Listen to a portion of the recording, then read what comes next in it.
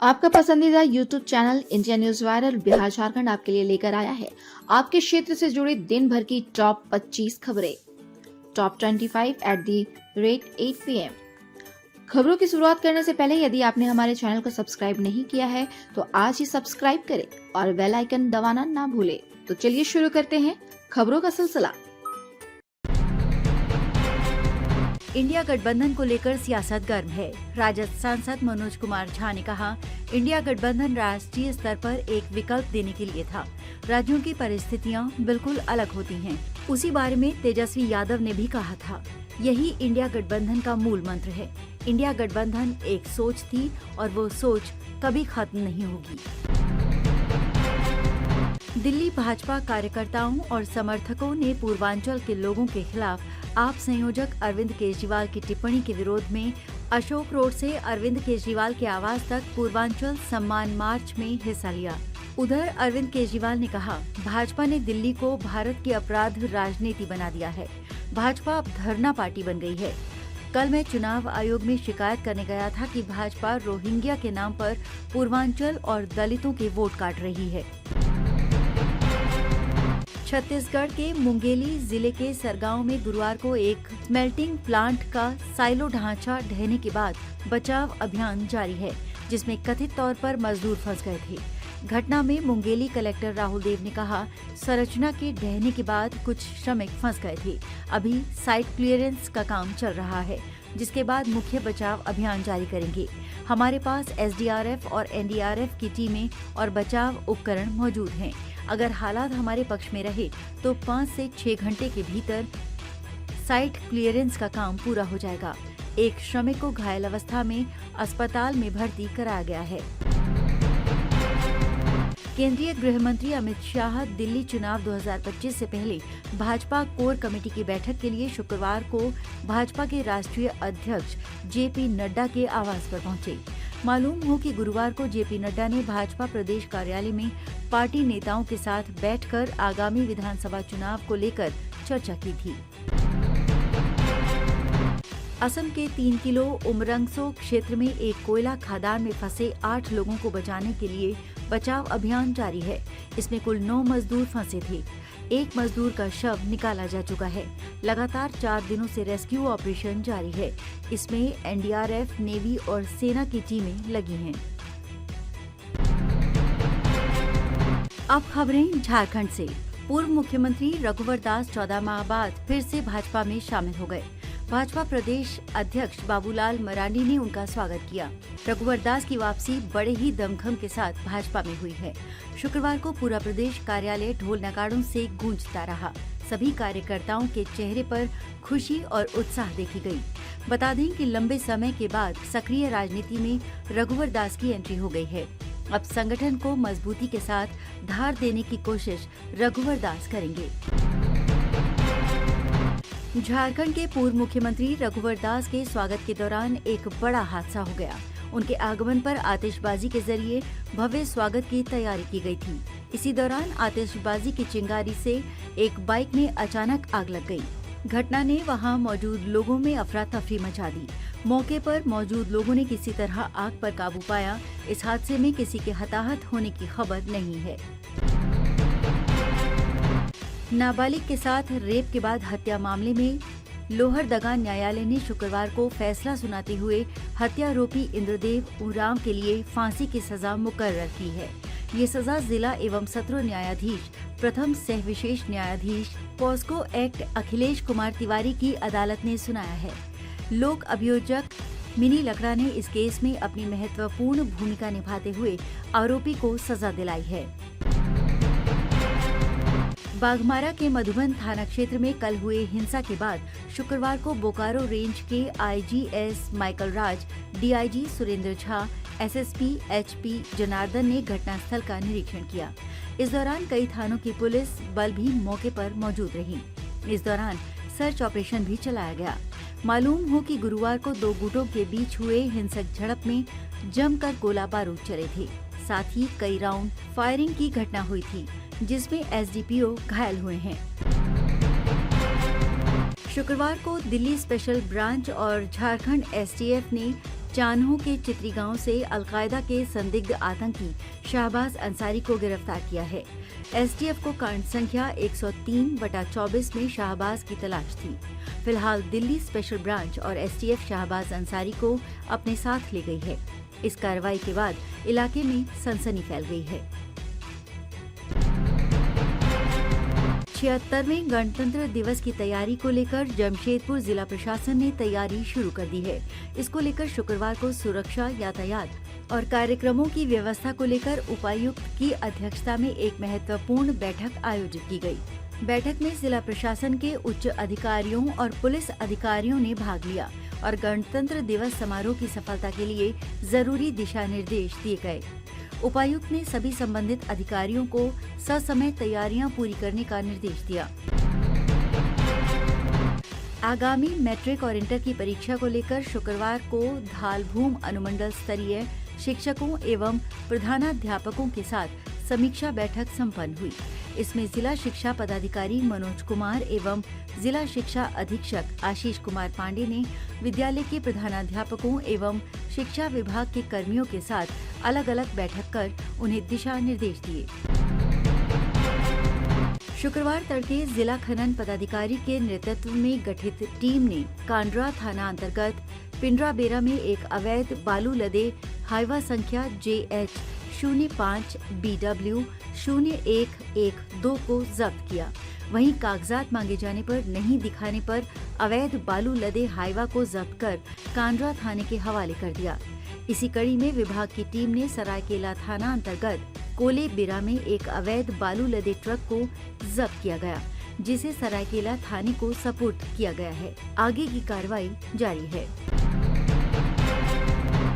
Jamshedpur SSP को मिली गुप्त सूचना के आधार पर डीएसपी हेडक्वार्टर 2 निरंजन तिवारी के नेतृत्व में गठित टीम ने सोनारी थाना अंतर्गत खूंटाडीह से अवैध शराब और नशे के कारोबारी गौतम बोरकर उर्फ मोनी को गिरफ्तार कर न्यायिक हिरासत में भेज दिया है। पुलिस ने उसके निशानदेही पर एक किराए के मकान से प्रतिबंधित नशीली दवाइयां, 23 लीटर देसी महुआ और 2 मोबाइल बरामद किए हैं। इसकी जानकारी शुक्रवार को सिटी एसपी ने प्रेस कॉन्फ्रेंस कर दी। हजारीबाग जिले के चौपारण थाना क्षेत्र के चतरा रोड पर 12 चौक के पास शुक्रवार को अज्ञात वाहन की चपेट में आने से 70 वर्षीय मितान साव की घटनास्थल पर ही मौत हो गई।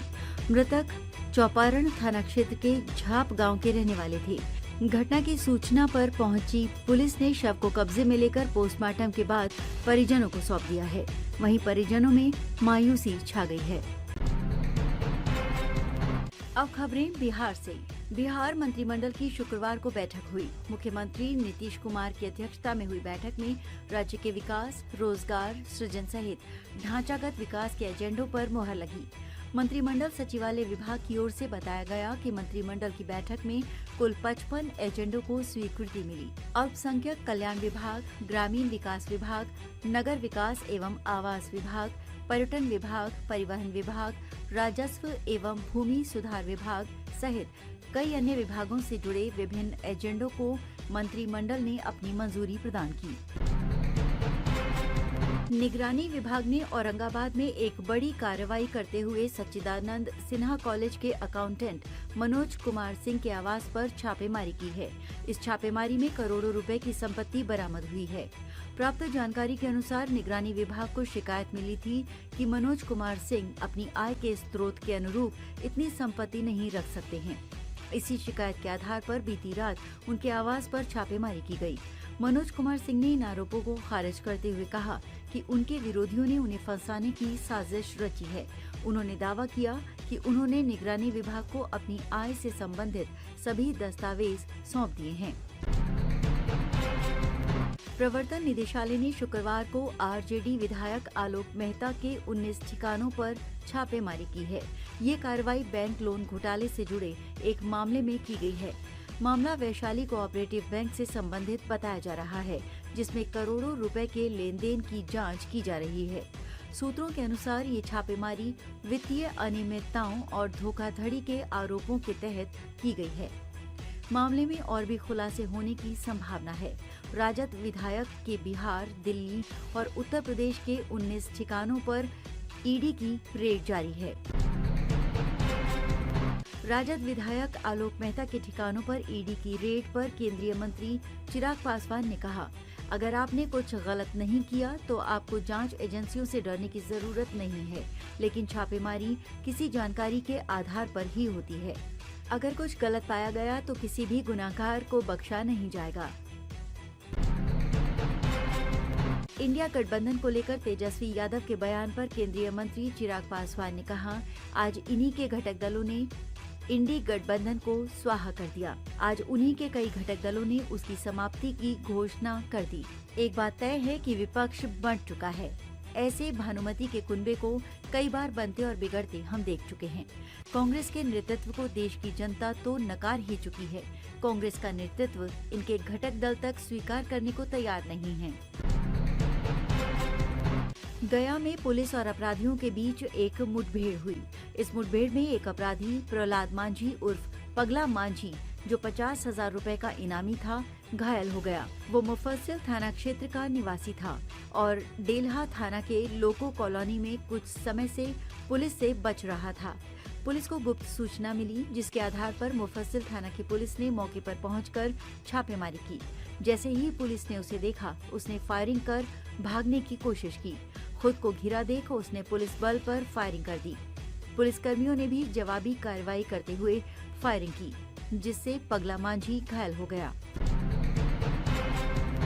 पटना हाईकोर्ट ने बीपीएससी द्वारा 13 दिसंबर 2024 को 17वीं संयुक्त प्रतियोगिता सिविल सेवा के लिए आयोजित प्रारंभिक परीक्षा में हुई कथित धांधली की जांच और पुनः परीक्षा के लिए दायर याचिका पर 15 जनवरी 2025 को सुनवाई की तिथि निर्धारित की है। इस याचिका की सुनवाई जस्टिस एएस चंदेल की बेंच करेगी। ये याचिका उम्मीदवार पप्पू कुमार व अन्य की ओर से पटना हाईकोर्ट के अधिवक्ता प्रणव कुमार ने दायर की है। उन्होंने बताया कि याचिका की प्रति एजी कार्यालय को दे दी गई है। बांका जिले के अमरपुर थाना अंतर्गत कुंडा बहियार में शुक्रवार को एक युवक का शव मिलने से सनसनी फैल गई। मृतक की पहचान अमरपुर थाना के आजाद नगर इंग्लिश मोड़ निवासी गुलशन कुमार यादव के रूप में हुई है। मृतक बीती रात से लापता था। आज सुबह खेतों की ओर जा रहे लोगों ने लाश देखी और स्थानीय निवासियों को सूचना दी। घटना की जानकारी मिलते ही अमरपुर थाना प्रभारी पंकज कुमार झा, सर्किल इंस्पेक्टर मनीष कुमार और बांका सदर एसडीपीओ बिपिन बिहारी मौके पर पहुंचे और परिजनों से पूछताछ शुरू की।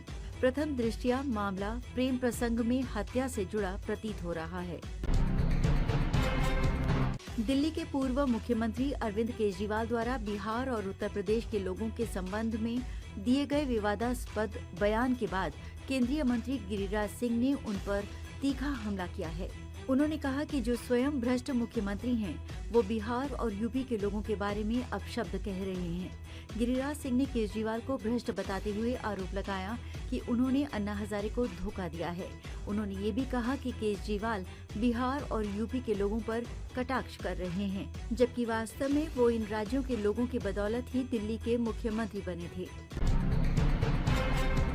बिहार में लंबे समय से ट्रांसफर का इंतजार कर रहे शिक्षकों के लिए बड़ी खबर है। शिक्षा विभाग ने ट्रांसफर प्रक्रिया का पहला चरण शुरू कर दिया है, जिसमें 35 कैंसर जैसी गंभीर बीमारी से ग्रस्त शिक्षकों का तबादला किया गया है। शिक्षा विभाग के अनुसार पहले चरण में 35 शिक्षकों के आवेदन स्वीकृत किए गए हैं। इन शिक्षकों का अंतर जिला स्थानांतरण कुछ शर्तों के तहत किया जाएगा। विभागीय आदेश के तहत विशेष परिस्थितियों से प्रभावित शिक्षकों के स्थानांतरण हेतु ई शिक्षा कोष पोर्टल पर ऑनलाइन आवेदन प्राप्त किए गए थे। लगभग 1,90,000 शिक्षकों ने इस पोर्टल के माध्यम से अपने आवेदन दिए हैं। आज के लिए बस इतना ही। कल फिर हम हाजिर होंगे आपके क्षेत्र के टॉप 25 खबरों के साथ, ठीक रात के 8 बजे। तब तक बने रहिए हमारे साथ। अपने सुझाव और प्रतिक्रिया कमेंट बॉक्स में जरूर दें।